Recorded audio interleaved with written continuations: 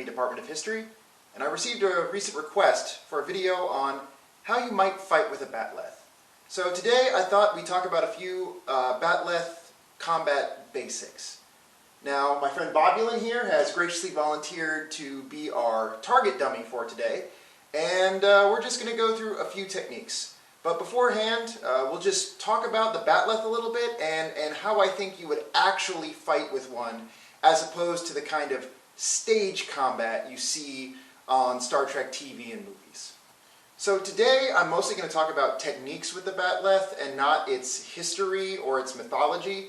If you would like to know the bat'leth's history and mythology, I made another video about a year ago that I will place the link in the description, and I invite you to check that one out so that you can kind of get what the show says the history of the bat'leth is.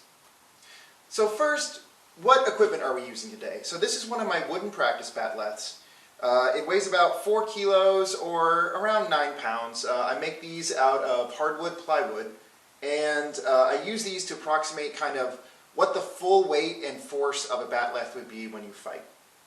One other thing, so you're going to hear me use some terms today that are in Japanese. So the reason for that is the actual sword martial art I practice is kendo, which is Japanese fencing. It has, the Japanese terms really have nothing to do with how I feel about Western martial arts or other forms of swordsmanship. It's just what I know, and I'll do my best to approximate in English what these terms mean. So before we begin, let's actually discuss the parts of a bat'leth. So as T'Pol says in Enterprise, a bat'leth is a curved bilateral sword. So what exactly does that mean? So a bat'leth actually has two main parts. The first is the spine, as you see here, which has the handle wraps and is where you actually grip the bat'leth. The second main part is the actual blade. So the blade on a bat'leth runs from the inside of the interior fork all the way along the main body and out to the other fork. Now, the interior of the outer forks, which actually make up part of the spine, are sharpened as well. But on the prop bat'leths you see on the show, with the exception of the Sword of Kahless, the inside of, or correction, the outside of the outer forks are actually dull. And I think there's a reason for that. And that is to use the bat'leth offensively and not just as a defensive weapon. So before we get into how to fight with a bat'leth, I'd like to kind of walk you through my thought process on why I think these techniques are the way they are. And to do that, I have two props here.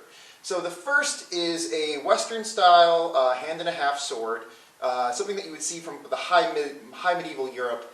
And on the right, something that I'm a little more familiar with, this is a Japanese bokuto, which simulates a nihonto, or Japanese katana sword. The main differences between these two is that, of course, this one is much heavier and straight, while the Japanese style blade is slightly curved and only has a single edge. Now, I think that based on the bat'leth's design, the principles of the Japanese sword are a lot closer to how you would fight with a bat'leth. And here's why. So, on a sword, the part of the blade that actually impacts is known as the center of percussion. So the center of percussion on a Japanese sword is located approximately here. This is the actual part of the blade that impacts with your target, and based on the direction of how the wielder hits, you can either continue moving forward or move back. And the reason why this blade is long and curved is that the motion of your body actually is what does the damage. The katana is a slicing weapon. Contrast that with the Western style blade. Now, there is still a center of percussion on a Western style sword, located in approximately the same place as you would have on the Japanese blade. But since this blade is straight, when that center of percussion hits, it's hitting a lot more like an axe. There's not a lot of movement when the blade hits. It's much more of a perpendicular impact. And the slice requires a lot more force than the curved Japanese blade. So much like the Japanese blade, the main interior blade on a batleth is also curved, but it's curved to the inverse of a Japanese blade. And so the result is that while human swords only have one center of percussion, one place where that cut begins after impact, the batleth actually has two. One located right here and one located right here. As a result, much like the Japanese sword, when the batleth hits and the wielder continues to move forward or move back, just like the Japanese blade, the batleth actually slices. It's really easy to kind of think that you want to impact with the forks of a batleth, kind of like a pick or an axe, but you actually don't want to do that. And I have another practice batleth over there that proves this. So when you actually hit with the forks, there's a huge amount of shearing force right here. Because there is a large amount of stress placed on the blade, and that will actually snap the forks. The forks aren't what you fight offensively with. You actually fight with the blade. The forks are much more for the defensive techniques. So offensively, I want reach. I want to be able to reach out, and I want to be able to have as much distance between me and my opponent as possible. So that way I control the distance, I control the pace of the fight. Now, the batleth allows me to do that, much like a regular sword, but it also offers me another method of fighting. And I'm not going to go into the defensive techniques in this video, but what I mean by that is since I have two handles, I can actually get in position and grapple with my opponent. So the Japanese term for this would be taiatare, or very close in fighting. So this is where my opponent is right next to me, and we're kind of grappling with our legs and our hip flexors, and that's where the forks on the batleth really shine. Not so much as an impact, but as a way for me to kind of either hook or grab hold of my opponent, and then by either shuffling my feet backwards, I can cut, or by shuffling my feet forwards, I can cut. Now, these are very effective, but I don't want to get in close if I don't have to. Again, I want that reach. I want to be able to extend out and hit my opponent. And we're now going to go into some basic techniques. So, 4 basic offensive techniques for fighting with the batleth. So we'll start with the basic head strike, what's known as a men in Japanese. It's important to show respect to our opponents, even if they're a Romulan made of rubber. As you can see here, I am in the center ready position, what's known as Chudan no Kamae in Japanese. My back leg is providing the power, and I thrust forward using my left leg to make that solid impact that begins that slicing momentum. You'll see here it's very similar to the technique using a Japanese sword or nihonto. Step forward off that back leg, and then on this one, I went all the way through to show you the complete form. On the slow motion here, you can see I step forward to get that distance, raise up, and all the power is coming from my legs. We impact on that center of percussion, and then you can see that slicing movement that curved blade offers. Here you can see the difference of that European style sword. There's very little slice after impact. Since it hits on that wide area, all that force is transmitted directly into the target, and it actually glances off rather than slice. The batleth here is very similar to that Japanese sword. All that power, all of that force from my lower body is going into a slicing maneuver. The blade impacts, and then the motion of my body carries that slice through, just like that Japanese katana.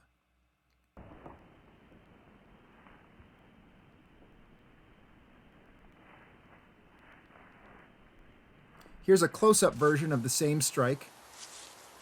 The blade hits, and the momentum of my lower body carries me through.